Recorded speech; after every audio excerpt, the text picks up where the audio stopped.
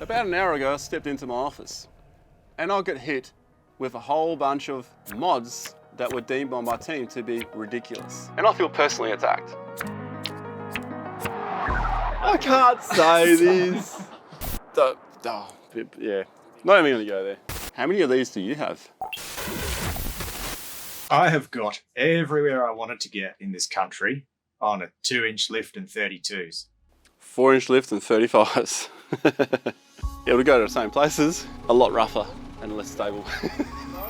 You're not selling yourself here. No, I know. Fight back. Fact is, yes, my 76 series has a 4-inch lift and 35s. Ronny. Huge. Ronny. Very nice. Oi. Oi. Does it need it? No, it does not need it. It hasn't because I didn't know if the 35s would fit. To make sure, I then went and put the 4-inch lift on it, and then I just left it on there. So maybe I talked myself into it. Maybe I didn't. So imagine you bought a leaf-sprung bumpy old Land Cruiser that squeaks and decided to add more squeak and have it fall apart. Would this be parabolic suspension? Because parabolics can get a little bit noisy. Yes, it's parabolic suspension. Parabolics, as you can see, consists of less leaves. Yeah, it's worth doing. As long as you get the spring rate correct, unlike Chris, who didn't, and that's why he was out tightening that spring leaf so many freaking times. Okay. You'll get a better ride, more flex on the rear. When you're not loaded up, it's more of a comfortable ride from my experience when I used to have some on my 79 series. You'll get a noisier ride, but it'll be more adaptable to the weight of how that works. But yes, it's going to be noisier. I think it's worth it. I think parabolics are excellent. For maybe some sensitive people. Wrap. It's a full drive, mate. I get it, all right, but I want to retain my resale value.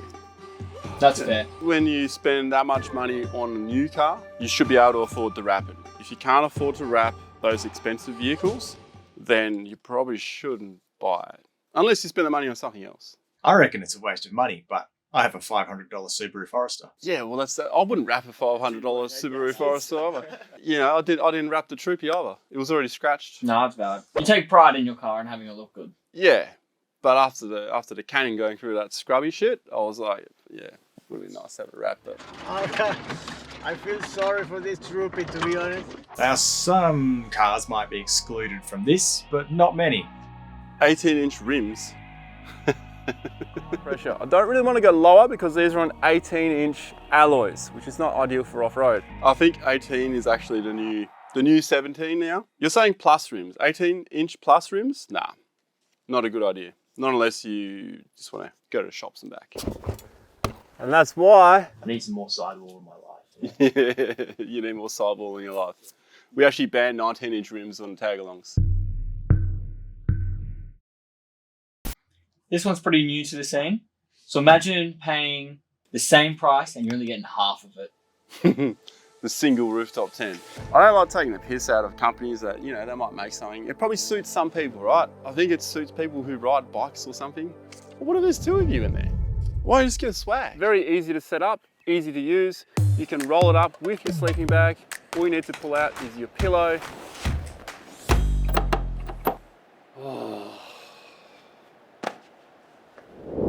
So much cheaper. Let alone the weight aspect as well. Yeah, your car will kind of be not. Yeah, I don't get it. I don't get it. Well, if you're going to get something wrong on the roof, why not go all the way and do this as well? Yeah, couldn't agree more. Water tank on the roof, especially if it's more than 20 litres, like a 40-litre tank. I've had one of those. 40-litre water tank, very handy, but this is designed to go on the roof rack. I never put it on the roof because I saw someone else put it on the roof. Getting it up there is just downright dangerous. Unless you go to 20-litre tanks, if you absolutely have to do it.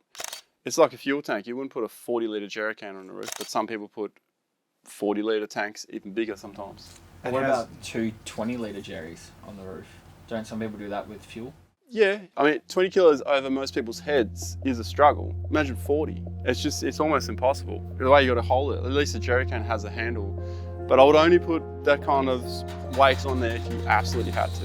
For example, we're using gloves because we don't want diesel hands. Came in stock route. I had no choice.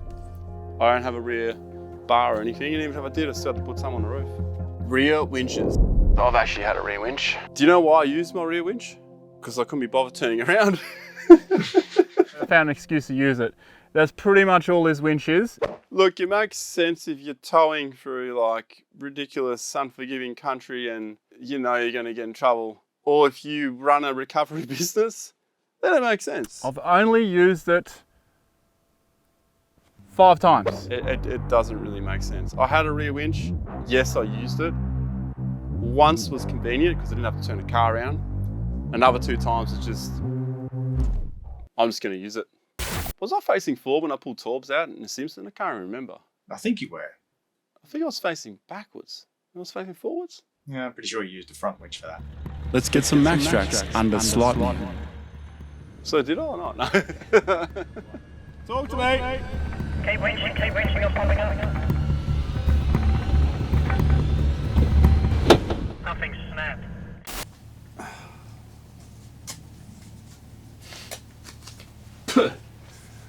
That was LED whips, by the way. They don't spin of their own accord.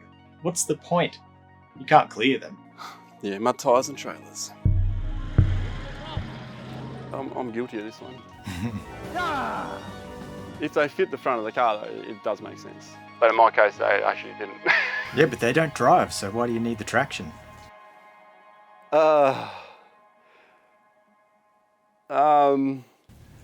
So,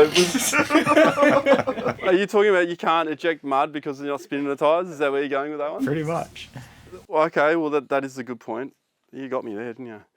If they match the front of your car, then it makes sense. If you're worried about tyre stakes, I guess that makes sense as well. But if it's just a trailer and the wheel is small and you can't use them on your car, you are 100% right. Which is what you do. Well, on one occasion. One occasion. I don't understand why people do this one. I think it's very excessive. 2 fridges.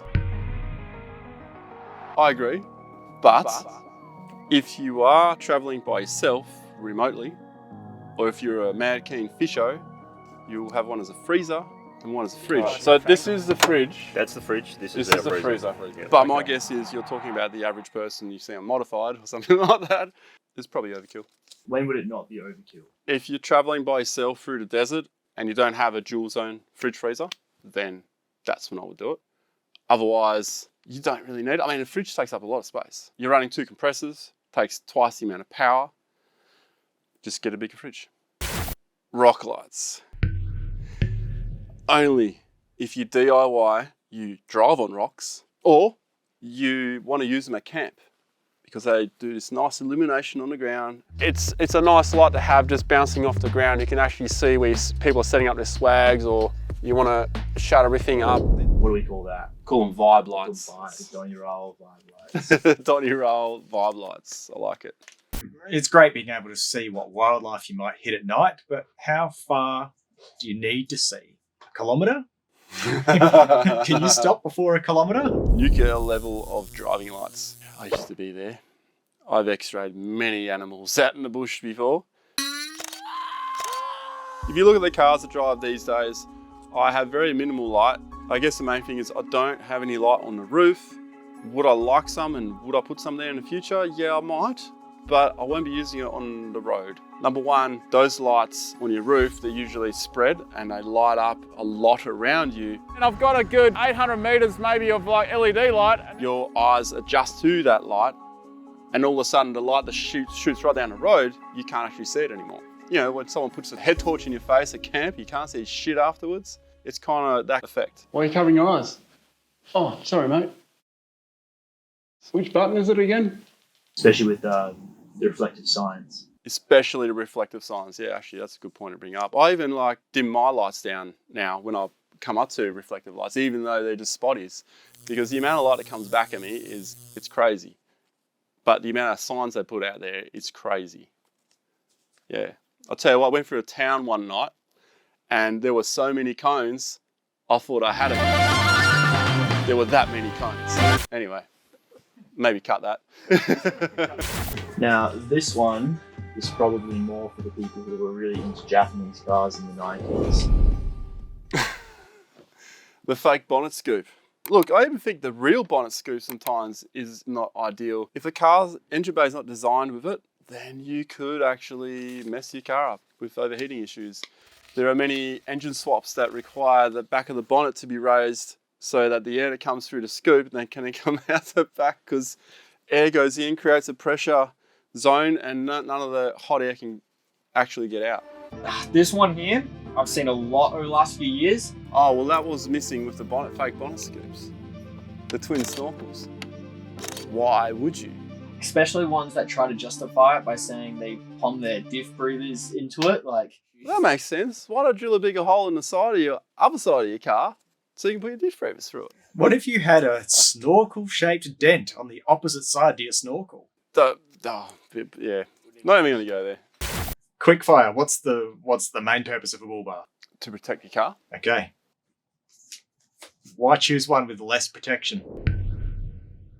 Okay, well, you're still going to get some form of protection, but when you're on a 4-inch lift and 35 tyres, then hoops kind of matter less because you're sitting quite high. No hoop bars, I guess, that's for people who like to have a car that looks factory still, but there's still a risk they're going to smash their headlights. I think you're missing a bit of protection here. Where are your hoops?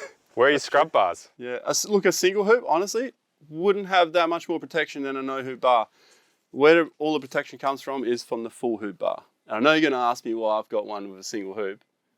It's because I'm sitting at 4-inch. I'm sitting quite high.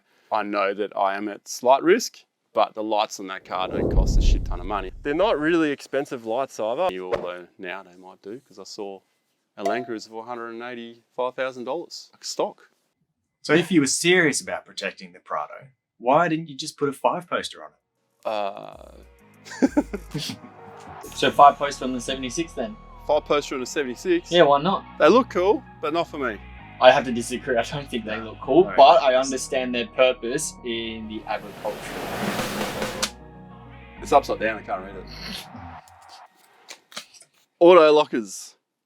Lunchbox lockers.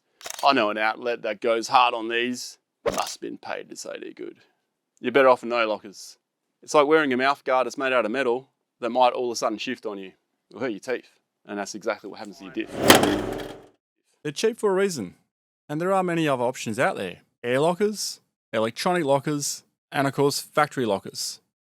But I guess if you got factory lockers, you wouldn't be looking at another locker anyway. Auto lockers, no. This one, if you don't have, hurts the soul. If I don't have this, If you don't have it, it hurts the soul. a full tank of fuel in 2000s. What's the most you've ever spent on fuel there, Chris? Not this much. Why would you do this to people watching? My Grenadier is sitting in Queensland and there's no fuel in it. Fun fact for you. The 79 series has the potential to have 270 litres of fuel. I showed 290 in mine. 290. So if you had them all full, that's 1% of the car's brand new value in terms of fuel value. $800 lighter.